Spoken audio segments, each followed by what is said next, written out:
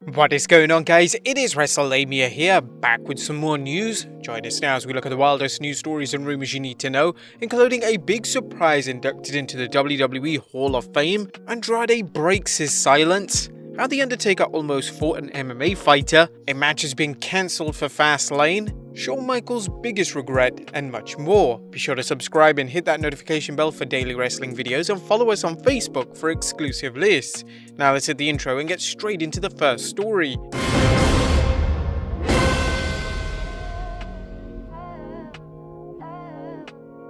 Now, first story looks at a big surprise induction announced for the 2021 Hall of Fame. Now, the WWE has announced another name for this year's Hall of Fame class, and it's a huge surprise. None other than former WCW Executive Vice President Eric Bischoff. WWE released an announcement concerning Bischoff's induction on their website. Now, the news of Bischoff's induction surprised many people in the wrestling industry, as Bischoff was not included when WWE announced the New World Order was going into its 2020 Hall of Fame class. Many felt that Bischoff, who created the NWO based on a similar faction in Japan, was such a major part of the group that he should have been inducted, and that he was in fact being snubbed by the WWE. Speculation over Bischoff's absence ranged from ATM Eric's role in WCW nearly bankrupting the WWE during the Monday Night War, to Bischoff's 2019 release from the WWE as Executive Director for SmackDown's creative department, as well as appearances on AEW. Bischoff's induction is something that is well deserved due to his contributions to professional wrestling, both as a television executive and as a TV personality. Bischoff helped revive WCW during the 90s after years of lackluster programming,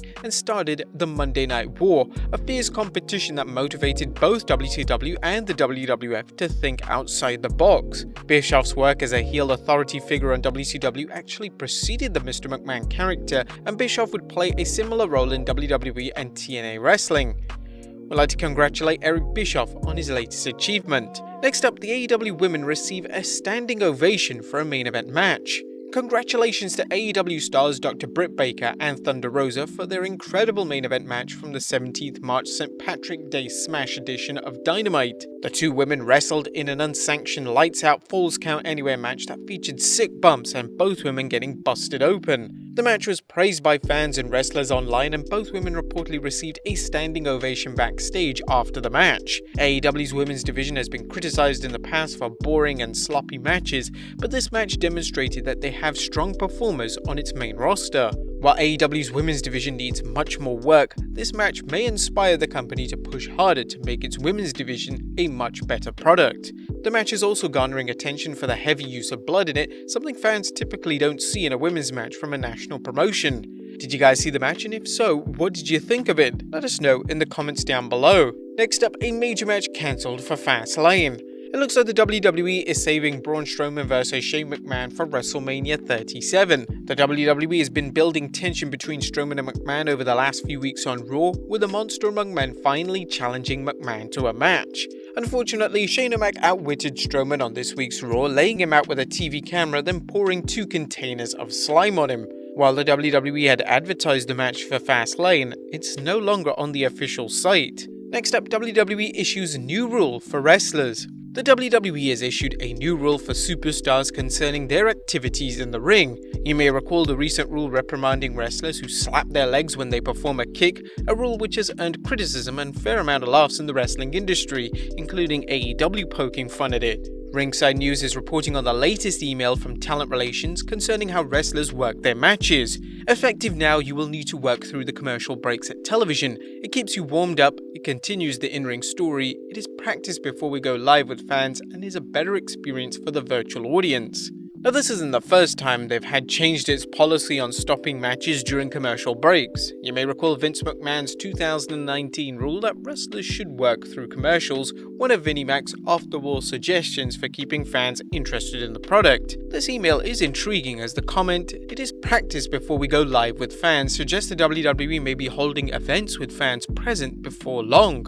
Although WrestleMania 37 will have fans present, with one rumor suggesting they will sell tickets to fill Raymond James Stadium, there are currently no events listed where fans will be present. Next up, The Undertaker versus an MMA fighter Mania match. Was The Undertaker gonna battle an MMA fighter at WrestleMania 23? Well, that's the claim being made by former WWE superstar Elijah Burke, who currently talked with Behind the Curtain podcast. Burke, who worked in the WWE's version of ECW, recalled the WWE considering bringing in MMA fighter Sylvester Terkay, who also worked in the WWE's ECW.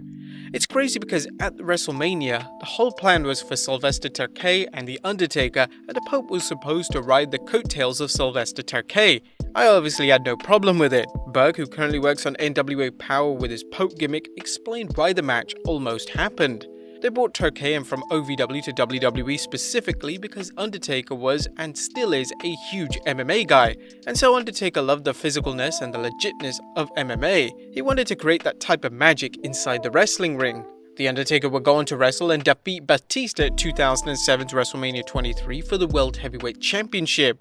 Burke also discussed how he turned down an invitation to join the Spirit Squad, a gimmick Vince McMahon told him would make him a lot of money. Now, as you may know, Sylvester Terkay was released from WWE in 2007, while Burke would be released the year following. Next up, Andrade breaks his silence.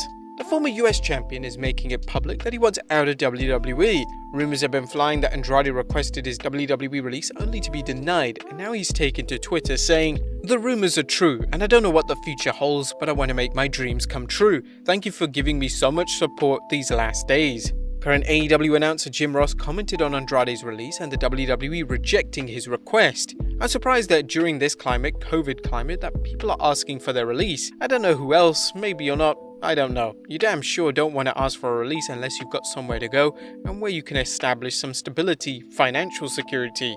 I don't know if he has that or if he doesn't have that. Ross elaborated further that the WWE is concerned that more wrestlers will head to AEW. I don't know where he would go. I can see WWE. It recognizes to me, it says WWE is keenly aware of AEW and that we are not a pissant company that Triple H said that we were going to be at the beginning. Andrade could be a major player in AEW, but as we've discussed before, at what point does AEW shut the door on any more former WWE superstars entering the promotion? Tony Khan has said the door is always open if a wrestler can make AEW money, but with Paul White and Christian Cage just jumping ship, AEW could get the unwanted appearance of being WWE light.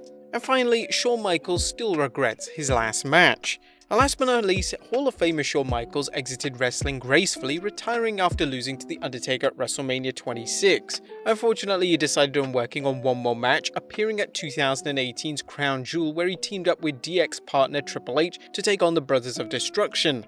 While the match wasn't a complete disaster, the four men had enough ring rust on them to construct a Hell in a Cell cage. Michaels talked to the New York Post about his regrets about working the match and that he didn't know how much the match meant to The Undertaker. I had no idea that from Mark's standpoint, he was looking at it as that might be the one he could walk away on. However, HBK didn't know The Undertaker was looking for Michaels to give him a match to end on a high note. Shawn spoke further on this, saying, "That's something that I think to myself now, oh my goodness, I wish that I had known that." He recalled how he was talked into working the match as something that would be fun for all four men, and that for me, it was fun. It was just a chance to be with my buddies. Regrettably, the match didn't go off well, leaving Michaels with regretting ever working it.